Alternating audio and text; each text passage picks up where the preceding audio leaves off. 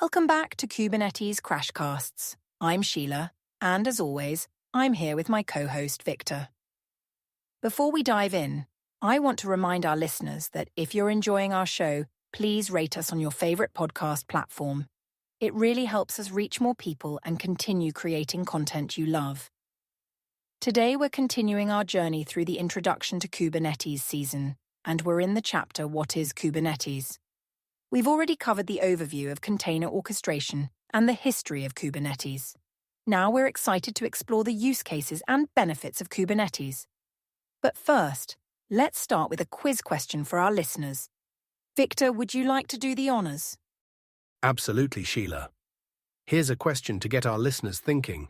In which of the following scenarios would Kubernetes likely provide the least benefit? Is it A, a small startup with a single monolithic application, B, a large e-commerce platform with fluctuating traffic, C, a global bank with multiple microservices, or D, a content delivery network spanning multiple continents? Take a moment to think about it, and we'll reveal the answer at the end of the episode. That's an intriguing question, Victor. It really makes you think about the different scenarios where Kubernetes might be applied. Now, before we dive into the use cases and benefits, could you remind our listeners what Kubernetes is in a nutshell? Certainly, Sheila. Kubernetes, often abbreviated as K8s, is an open-source container orchestration platform. It automates the deployment, scaling, and management of containerized applications. Think of it as a smart manager for your containers, ensuring they're running smoothly and efficiently across a cluster of machines. Thanks, Victor. That's a great refresher. Now, let's talk about use cases. I understand that one common use case for Kubernetes is in microservices architectures. Could you explain how Kubernetes fits into this scenario? Absolutely. Microservices architectures involve breaking down applications into smaller independent services. Kubernetes excels in this environment because it can manage and orchestrate these numerous services efficiently. It handles service discovery, load balancing, and scaling of individual microservices.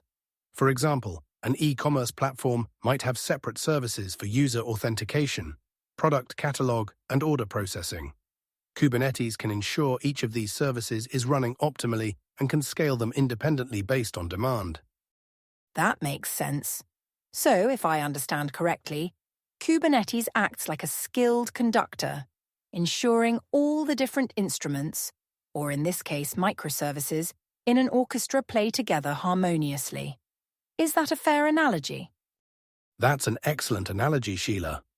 Just as a conductor ensures each section of the orchestra plays at the right time and volume, Kubernetes ensures each microservice runs correctly, scales as needed, and communicates effectively with other services. It's all about coordination and harmony. I see. Now, I've heard that Kubernetes is also beneficial for companies dealing with variable workloads. How does it help in those situations?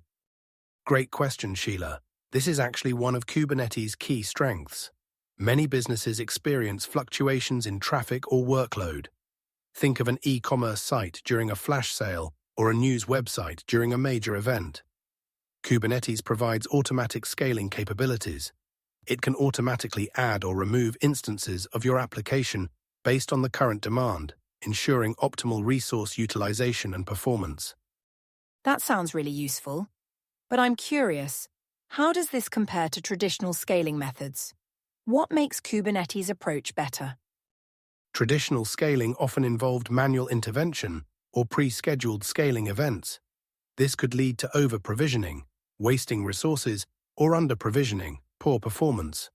Kubernetes, on the other hand, can scale in real time based on actual metrics like CPU usage or request rate. It's more efficient and responsive. Plus, it works across multiple cloud providers or on-premises infrastructure, giving businesses more flexibility. I can see how that flexibility would be a huge benefit. Are there any other major advantages of using Kubernetes that we should highlight? Absolutely. One significant benefit is high availability. Kubernetes can distribute your application across multiple nodes and even multiple data centers. If one node or data center fails, Kubernetes automatically reschedules the affected containers to healthy nodes, minimizing downtime. Another key benefit is portability. Kubernetes abstracts away the underlying infrastructure, making it easier to move applications between different cloud providers or from cloud to on-premises environments. Those are compelling benefits, Victor. But I imagine implementing Kubernetes isn't without its challenges. What are some common pitfalls or misunderstandings that organizations should be aware of? You're right, Sheila. While Kubernetes offers many benefits, it's not a magic solution for every problem. One common misunderstanding is that Kubernetes will automatically make applications scalable or fault-tolerant. In reality, applications need to be designed with these principles in mind to fully leverage Kubernetes capabilities. Another challenge is the learning curve. Kubernetes has a complex ecosystem, and it takes time and effort for teams to become proficient. Organizations should be prepared for this investment in learning and potentially restructuring their applications and workflows. That's a great point about the learning curve. Do you have any tips for organizations looking to adopt Kubernetes?